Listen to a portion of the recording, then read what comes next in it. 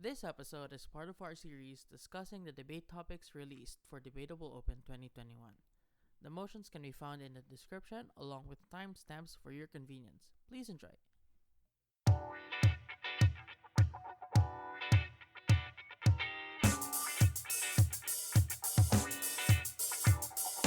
Welcome back to another episode of Debatable for Debatable Open. For this post-debate analysis, we interview Karlo Antonio, who contributed to the Sociolegal set. Karlo is a three-time national semifinalist, an Asian quarterfinalist, was the best judge of the Philippines back in 2014, and is currently a constitutional law professor. Welcome to the show, and thank you so much for being here. Well, it's nice to be here as well. Thank you for having me. I've been an avid listener of Debatable, actually. I Oh, listened thank to you. Debatable on my way home from work. That's so flattering. No, That's so it's true. flattering. Because It's like uh, it's a nice way for me to keep myself sharp. To me, in order for me to to be abreast with what's happening in the community. Like, how do you debate current issues? Kasi wala akong time na to review to matter law. Yeah. yeah, that's very flattering because I still remember the times back in high school when you were still teaching me how to debate. We were so young. That was like what, 10 years ago, 9 years ago. That's around 10 years ago. I first met Ooh, you in 2010. Like you were God, we're old. first or second year college, and I First was year, just first year high first year school. Yeah. college. Yeah, first year college. Yeah.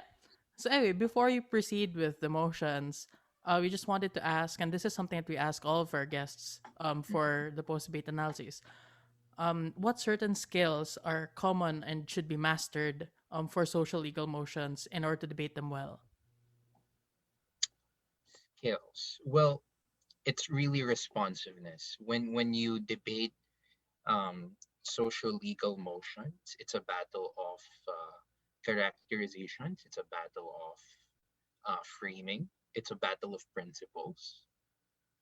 Because both sides will be insisting on a set of principles which would determine whether a course of action is morally correct or is it morally wrong.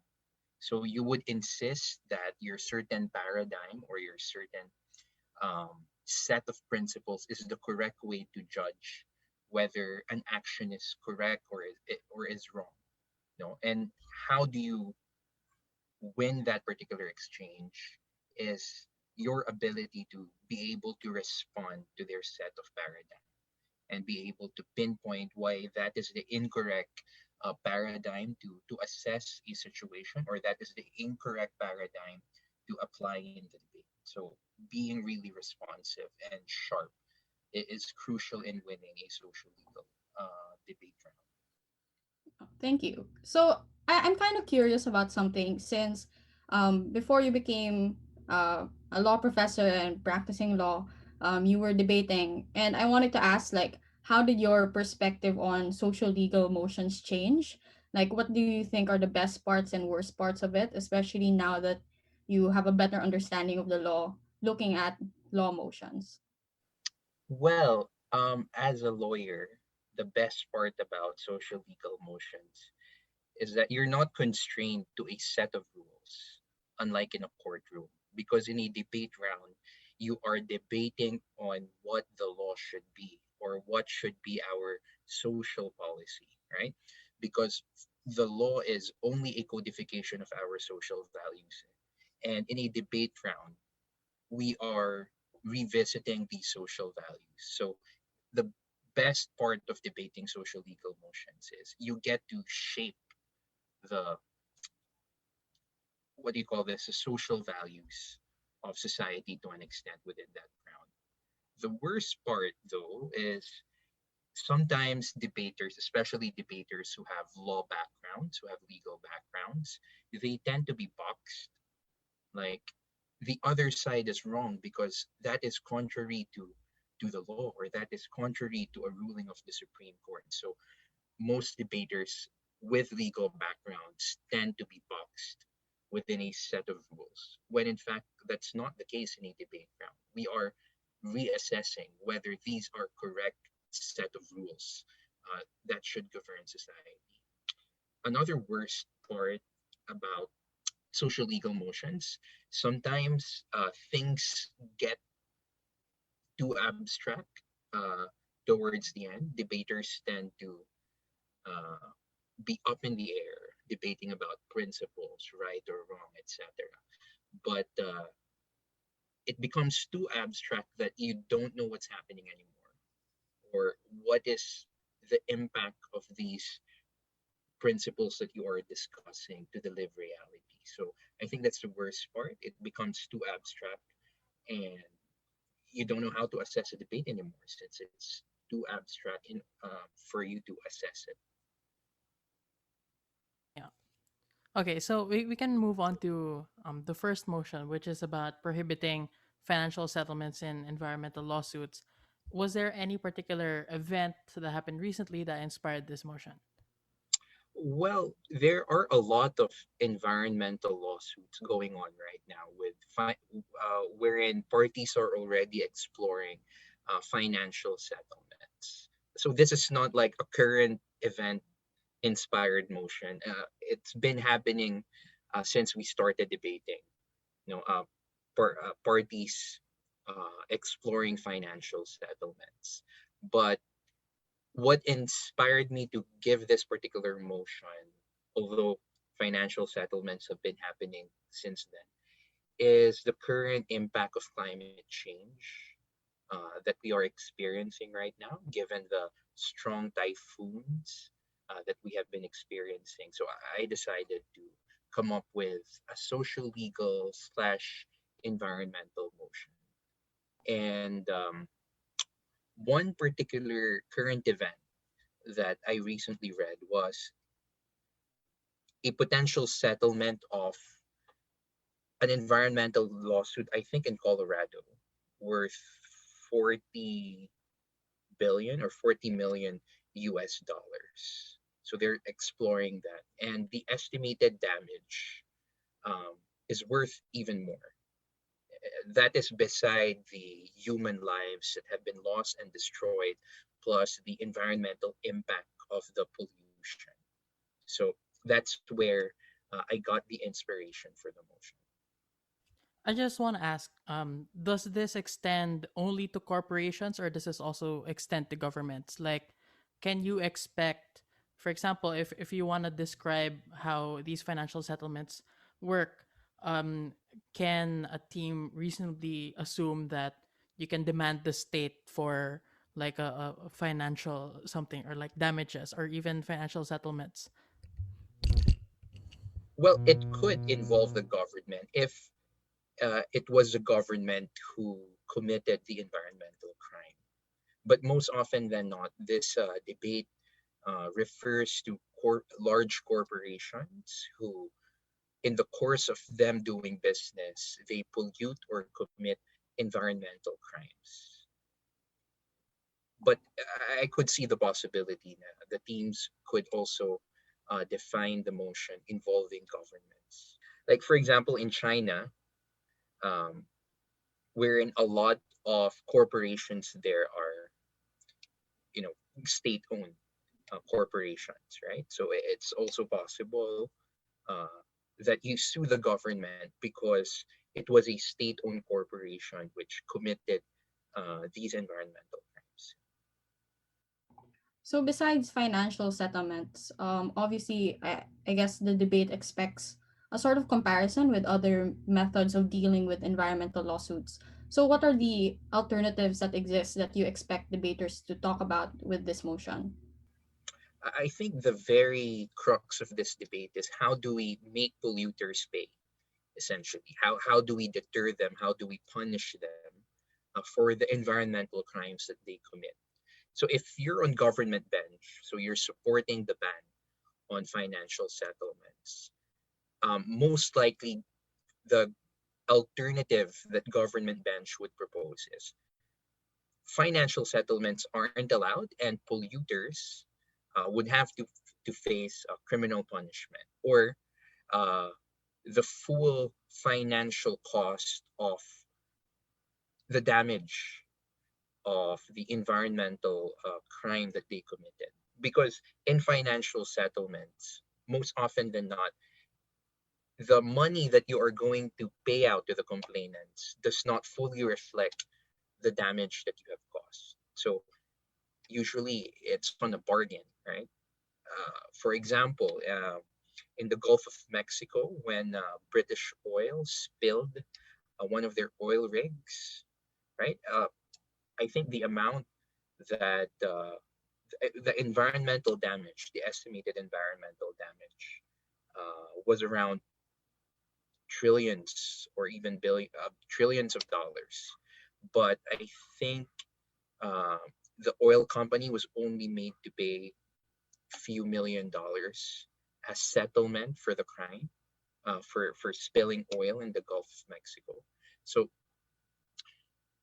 in these situations, of course, if you're government bench, you wouldn't accept that kind of reality wherein the polluters do not pay the full amount of the environmental damage. So the alternative that government is proposing is they have to face jail time. They can't just pay off um, the complainants and then expect the criminal complaints against them dropped. And of course, they should be expected to pay the full amount of the environmental damage that they have caused. All right. So since you talked about jail time, this brings Mm-hmm. you to like the next thing I was gonna ask, which is how do you think Gov would argue this? Because similar to this motion, an accused, for example, in a criminal case, who is also facing jail time, can't can't resolve his case with financial settlements. You can't pay the victim money and hope that the criminal case goes away just like that. Because in criminal cases, the real offended party is the state, it's the general public. That's why it's people versus Atego, people versus Tomas, something like that. So Mm-hmm. I just want to ask: would the same principle be here? Would be applicable here, and should Gov necessarily like talk about something like that in principle?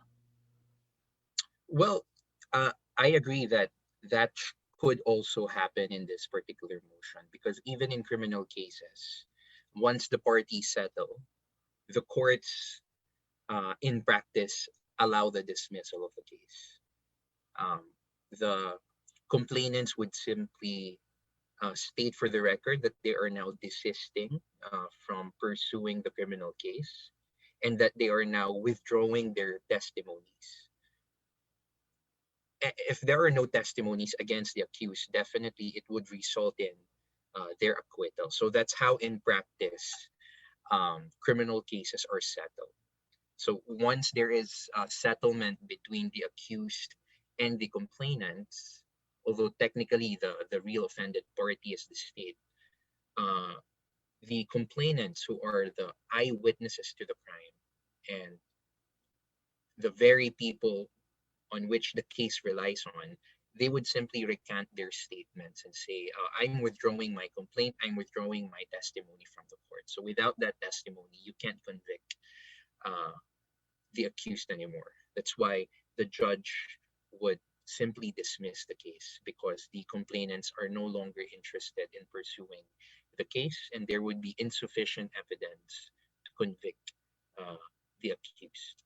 So in environmental crimes, that also happens. For example, if a certain community would file criminal violations against corporations for violation of environmental laws. So the primary witnesses there would be the complainants themselves, the communities, the neighborhoods, right? So their testimonies are essential to convict the accused. Without their testimonies, without their written statements, you cannot convict um, the accused in this case.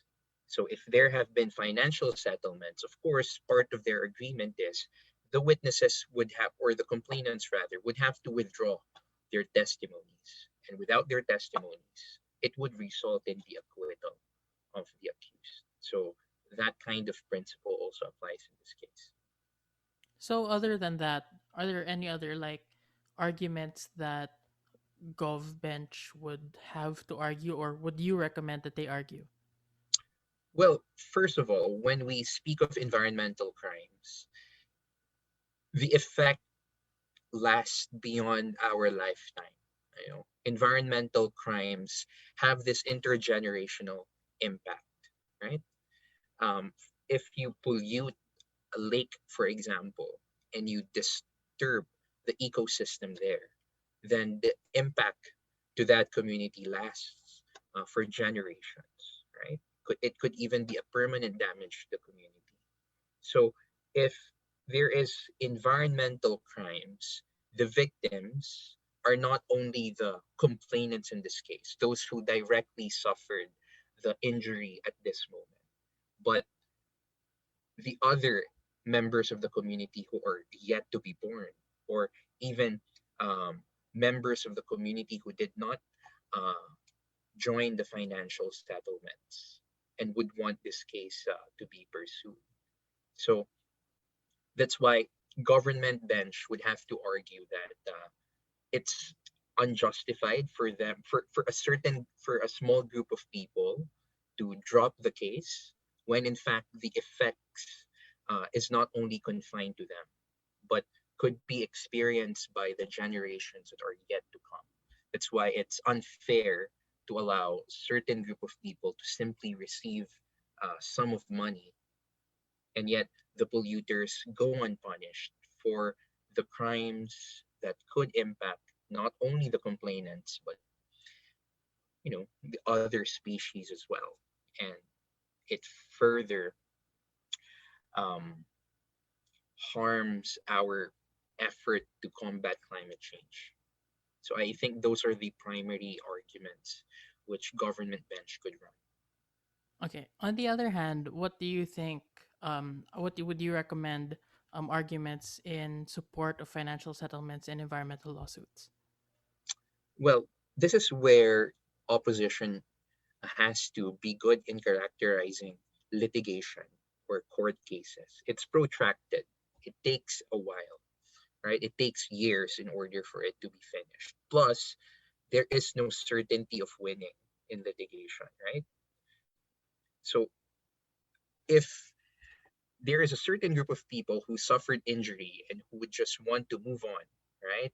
To take as much financial resources as they can receive to rehabilitate their lives, to pay for their medical bills, for example, to move to a different state and have a fresh start in life. It would be unfair for them since they are the direct uh, victims of these crimes and who would support them eventually towards the end. So it's unfair for the state to force them to proceed to this type of proceeding, which has no guarantee that they would be, you know, repaid in the end, or they would be compensated in the end. Given that there is a dischunk in terms of the legal resources of big corporations in defending themselves as compared to your lowly neighborhoods.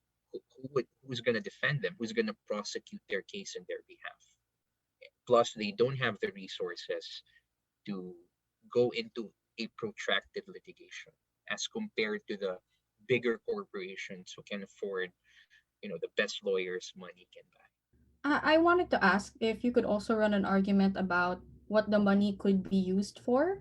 Like, who does the money go to? Does it go to private citizens or can it go to organizations, for example, that will create like better environmental policies? Oh, that's a good argument to explore. Actually, there are environmental lawsuits that are settled not only between private individuals but also with the government itself, right? So, um, polluters, instead of facing jail time, they would simply agree to pay this amount of money to the government, and the government could eventually use that to rehabilitate the area that was polluted. This happens in a lot of cases. Like, for example, during the global financial crisis, wherein a lot of fraudulent activities were uncovered happening in Wall Street, right? And you never saw these Wall Street guys face jail time because they entered into a financial settlement with the United States government, with the Department of Justice. Like, in exchange of no jail time, we're gonna pay this much.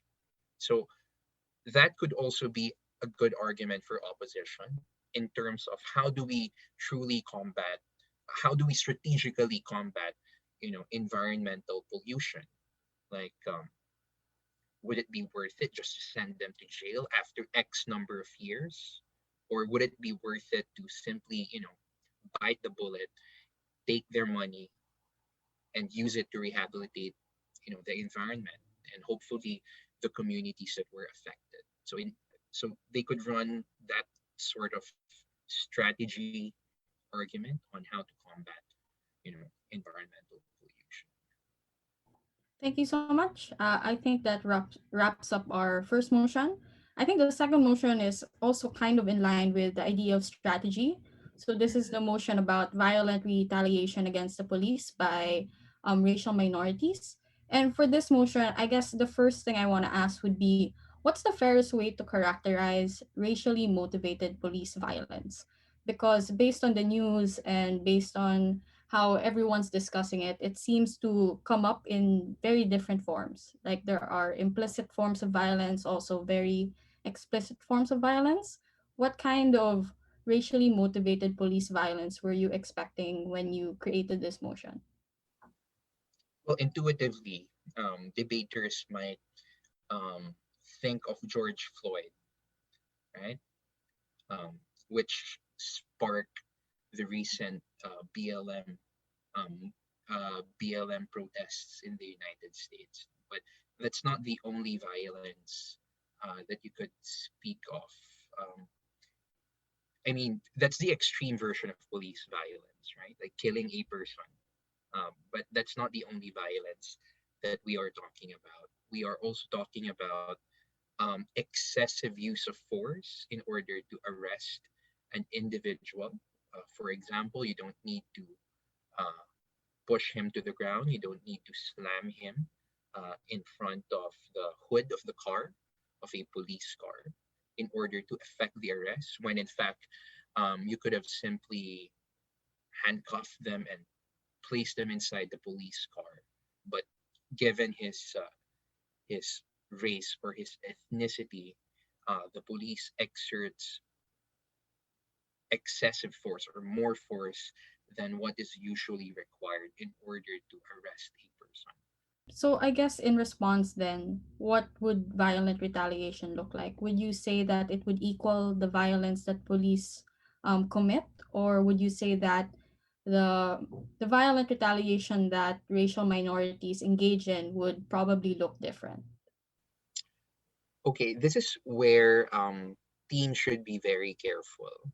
Um, it's okay if government bench would want to characterize or define violent retaliation as them physically inflicting pain on the police officers themselves, or you could frame it in a much more tempered manner, like destruction of monuments of racism, destruction of police properties, but not the policemen themselves. Like what happened in the Stonewall riots, wherein the rioters destroyed police cars, slashed their tires, stuff like that, but not physical harm on the policemen themselves.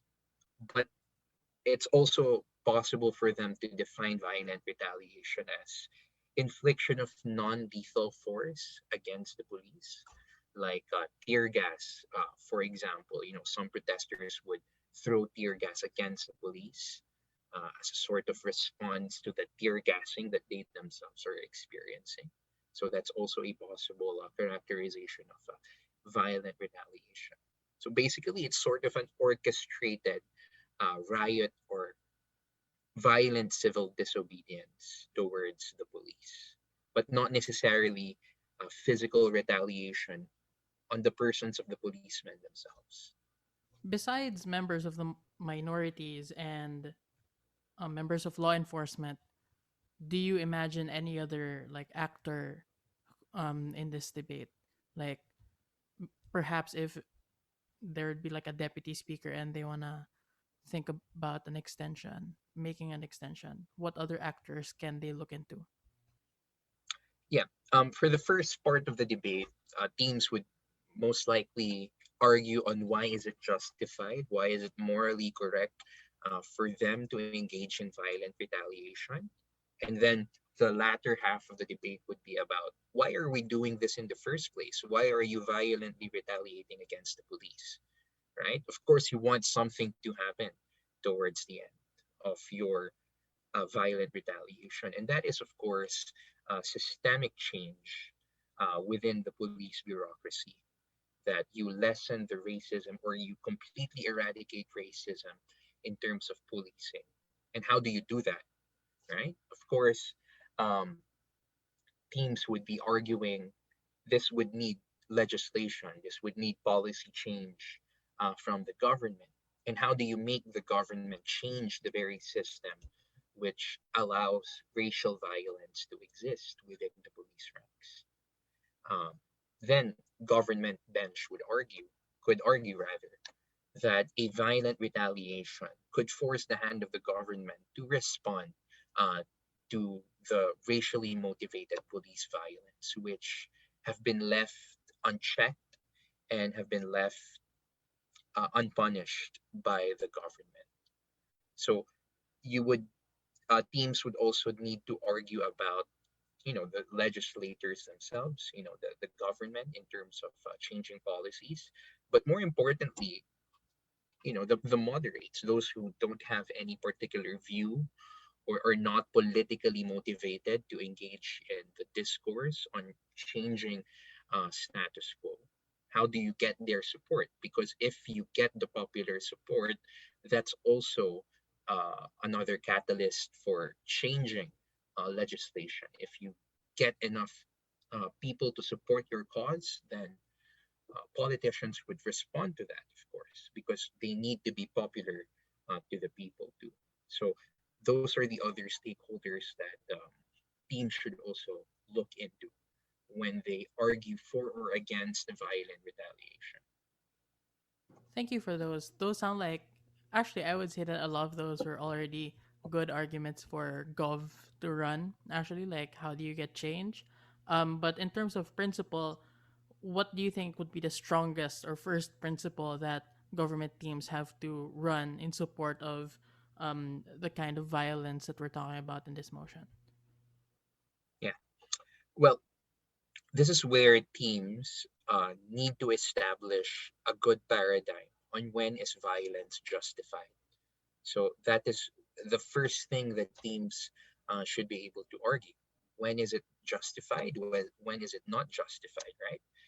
So for government bench, of course, they would be characterizing violence as sort of an act of self-defense against the police, wherein the police have systematically, inflicted racially motivated violence against their particular group, and the very government that should be protecting them is not doing anything about it to address the racially motivated violence against them. So they are now pushed against the wall in terms of forcing the hand of the government to do something about it. That's why they would, you know, eventually commit acts of violence, because this is to an extent a form of self-defense already on their part. And when your life is already threatened, society has already agreed that violence is justified in order for you to defend your own life when no one else is defending it for you. So those are like the first principles of violence in social legal debates. Of course, there are a lot of deeper analysis on the justification of violence, but as a rookie debater, those are the first things that you should be able to master. Concept of self-defense. Yeah, I remember the self defense argument. We use it a lot. Like if it's about Mm-hmm. vigilantism, if it's about like eco terrorism, we say, well, it's self defense. There's even like self defense. There's even violence in defense of your property as something that we recognize in even in our law. But with respect to opposition, what arguments do you think they should run, or do you recommend that they run? All right. So obviously, opposition needs to respond to the self-defense concept or the last resort concept of government bench. Their response to that is the system isn't broken. Sure, um, it's not working as expected, but violence is not the only way by which you could make the system work. So this is a battle already of framing, wherein non-violent civil disobedience have also um, caused social change in the past, right? Um, People didn't engage in violent retaliation against the government or against the police, and yet they were able to achieve social change. So this is where you need opposition bench would have to characterize the moderates or the bystanders in this battle between the racial minorities and the police. Like, how are they going to support your movement? Like, what are their values? Where are they coming from? Will they more likely support your movement if you are violent, you engage in violence, and your violence bleeds into private property, which have been the common criticism against the BLM protests in the United States. Although there have been um, very minimal violent riots committed by BLM protesters, but some of these violence bleeds into private communities already.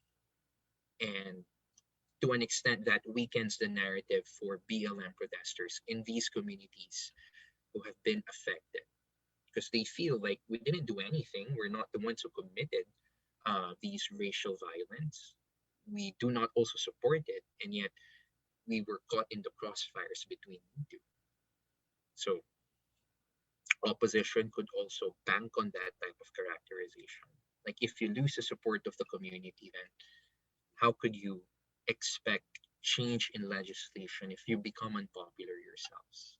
So I think that perfectly wraps up our discussion of the second motion.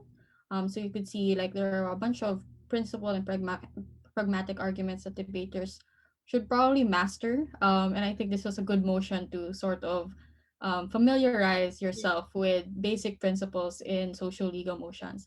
But now for the third motion, which is about jury nullification, and this came with a really detailed info slide, which was very informative.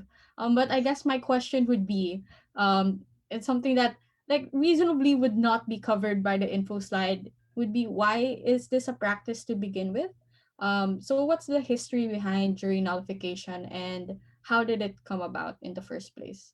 Well, jury nullification was intended back in England, wherein judges were easily persuaded by the powers that be, like the kings, the lords, the barons, etc. So they could easily be swayed by these people, right? And the common folk, the commoners who make up the jury, right? They serve as the last check and balance against that political interference, wherein if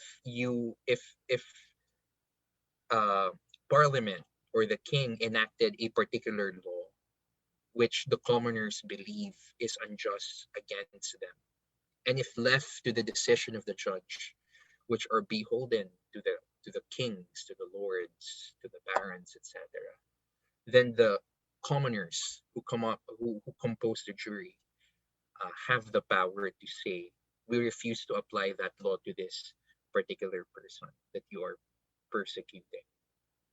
So that's the beginning of the jury nullification concept, wherein commoners band together to resist an unjust law imposed upon them by the king. That's jury nullification. So basically, it's when like jurors know or actually believe that if you strictly apply the law, then the accused is definitely guilty. But they're just like, let's not apply the law in this instance. Let's let's say that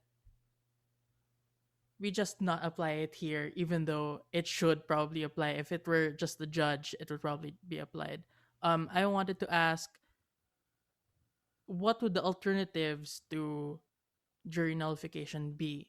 Like in the Philippines, I think first of all, we don't have juries here. We only have judges. But if a judge, for example, believes that a particular penal statute is unjust, the judge isn't allowed to just refuse to apply it. I think what he's supposed to do is to apply it anyway and then like write a letter to the president asking for the law to be changed.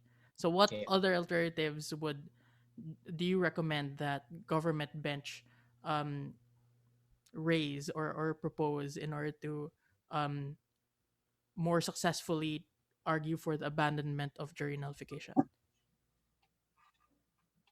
Well, one particular alternative here is you allow the juries to have a leeway in determining the sentence of the accused, right? Because sometimes the sentence is quite straightforward, right?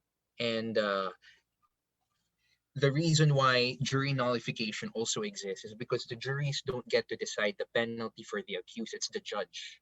So that's the sentencing part of the process. Because the juries are only tasked to determine whether you believe, based on the facts presented, the accused committed the crime that he was accused of. So that's the only thing that they need to decide, guilty or not guilty, right? And juries feel powerless in terms of the outcome already for the accused. Like, sure, he committed the crime, he stole something, but we don't think he deserves to go to jail. And the judge might have a different, might have a different view. So instead of proclaiming his guilt, they would simply say not guilty and in effect nullify the law as applied to him. So one thing which government could also propose is to allow the juries themselves to determine the penalty they believe the accused deserves. So it's not gonna be like Jean Valjean where he goes to jail for 20 years for stealing a loaf of bread, something like that. Yes, something like that. So other than those things, I noticed that um, there was a kind of specific piece of matter to know, which is like the fact that juries don't actually have a hand in the sentencing, because at least for most, I get most legal dramas that are out there on TV, they're not super accurate about like the difference between a finding of guilt or innocence versus the judge giving the sentence or like the penalty. So other than those, what other important legal concepts do you think debaters should read up on in order to debate this motion well, like beyond rookie or novice level? Well, I think debaters should master the pillars of the criminal justice system. Why do we have a criminal justice system in the first place, right? So it's rehabilitation, uh, retribution, and protection of society. So you must be able to master these three concepts because in most social legal debates, when it involves punishment, it usually revolves around whether it is too much uh, retribution or is it already too much restoration that you are already too soft towards crime, right? So in order for you to be able to debate this well, in principle, because matters are forgivable, right? We don't expect debaters to be that well versed in legal proceedings. But what is unforgivable for debaters is if they are not able um, to argue what's the purpose of the criminal justice system, why it should be allowed to be this way, to be retributive if you want it to be, or if you want it to be restorative. And if debaters don't have that complete grasp of the criminal justice system and its principles, they would have a hard time arguing this. So I guess we already covered a bunch of the principles behind this motion and what you need to know in order to sort of take a deep dive. So now I guess what we need to ask is, what are some arguments in support of abandoning jury nullification? Wait, for abandoning, right? So the first is Yeah. for abandoning it. Right. Well, the common um, argument against juries in the first place is that they're not trained in law. These are you know, average people, right? That's how you pick juries. It's based on the voters list, and they're randomly picked. So it could be that guy serving you coffee at Starbucks, or that guy flipping burgers in McDonald's. So these are the juries, right? And when we talk about the legal system, especially crimes and punishment, these are complex matters which not even someone who has a PhD, who do not have any training in law, can easily grasp. And if we allow these people to be able to nullify a law which was debated upon by Congress, which was, you know, presumably was researched on well by the congressman, then um, they're easily persuaded to the extent that their decision might not already be an informed decision, but might be a decision based on the persuasive, um, persuasion skills of the lawyers, of the accused, etc. And that's, that shouldn't be taken into consideration in a court of law. It's only a determination whether an individual committed a crime, but as to his particular motivations, that should be out of the question already. And if someone who has zero legal background, they sometimes forget about it and treat it like a TV drama wherein they look into the lives of the accused, etc., how awful his childhood was, when in fact that's not relevant to the case at hand.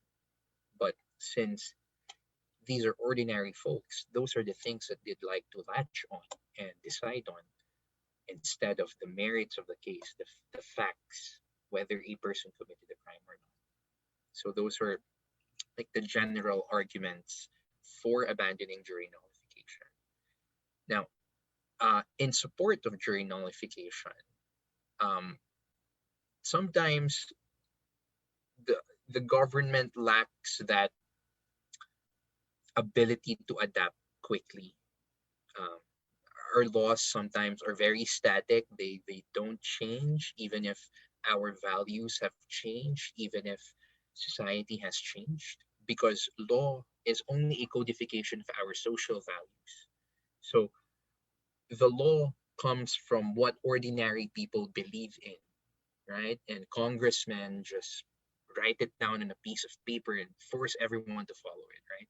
So jury nullification is but an exercise of the jury's um, sovereignty. Like, the power to create laws come from the people, right? And the jury members are part of the people. So they have a say as to what laws should or shouldn't govern, because the laws by which we are now applying were enacted because of the power we gave to the government.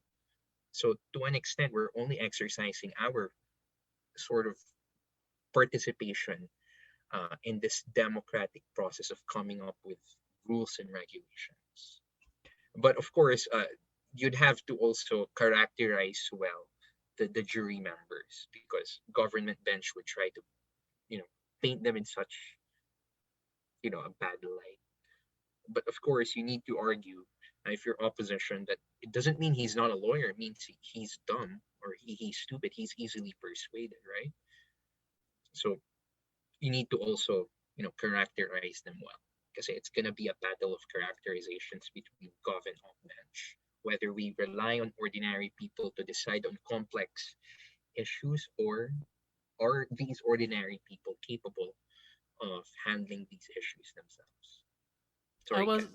I was actually about to ask you about like the battle of characterizations that you were expecting to happen. I was gonna say, like, so at this point, the battle of characterizations that will happen is how how much do you trust a juror, a common person, to determine matters or issues of law? So, like, I was thinking that opposition would say much of the same things that you were saying about how, well, laws are basically just codifications of our own sense of morality already.